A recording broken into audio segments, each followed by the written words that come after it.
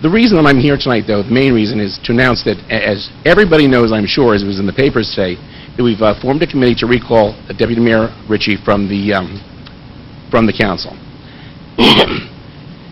In the newspaper article, she wanted to know why. Well, there are a lot of reasons why, and I'll enumerate some of those just for her edification, in public, face-to-face, and so it's on the record. She was the push behind the Ritchie-Morris plan and was notably the person who pushed it the most. In the newspaper, she said, well, the council voted for it. Well, the council's 9 people. The majority of the council voted for it. The council's 9 people. Hundreds of people have spoken out against it. They were dismissed as if they didn't exist. The population of the voters of this township have gotten to the point that they're tired of being dismissed when we show you information and you dismiss it like it doesn't exist, when you don't pay attention to what we say. And I understand how a republic works and a democracy works, and we don't expect you to always do the wishes of the people. This is my business also. I manage communities, and sometimes we have to make hard decisions. Boards have to make hard decisions that people don't like and that aren't popular. But you have to make sometimes hard decisions that aren't popular. But when there's such an outcry, and it's ignored, it's egregious. The second thing is, I call it bend the rules 101. It's we pick the rules and use them when we feel like them. It was very interesting that we're very, very happy that 92 got put aside and won't be done, so it won't dump traffic on 27. But let's bring in a Home Depot and a PetSmart and a Wachovia Bank and 644 homes. That won't add any traffic to 27. You know, we have this all the time where we look at one side and it's good now, but it's bad later. Not good to talk to committee people before they're put on committees for the township, but the parties have screening committees. Why? It's the same thing.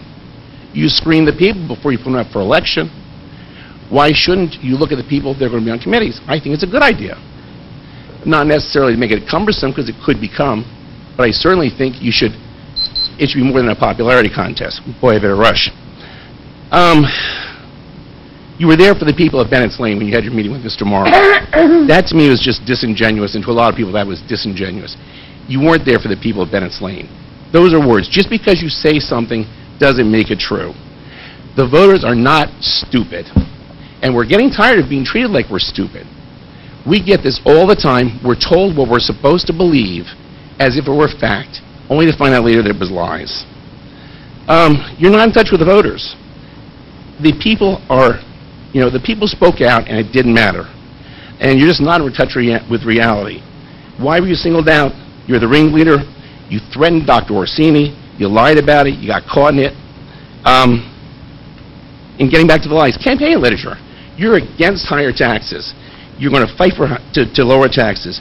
You're going to ease traffic congestion. Yeah, let's put in a Home Depot and a PetSmart and a big shopping center. That'll ease traffic.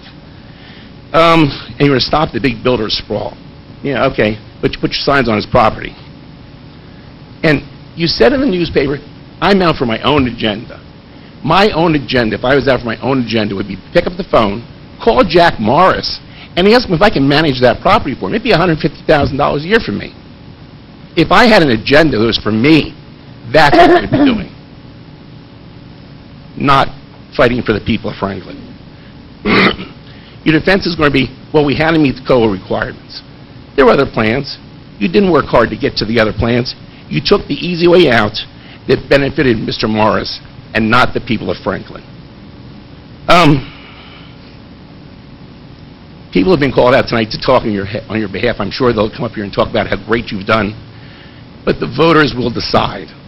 And I've talked to a lot of voters, and I've gotten a lot of phone calls since this was announced. And people are ready, willing, and able to hang signs and get petitions signed. Pack your bags.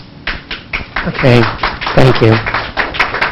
Now, generally, we reserve our council comments for the end. However, it's been our policy when something is directed towards someone, we give that person, direct towards someone, a council member, we give that person their chance to respond at this point. So, oh, you don't want to? Oh, okay. Pardon me.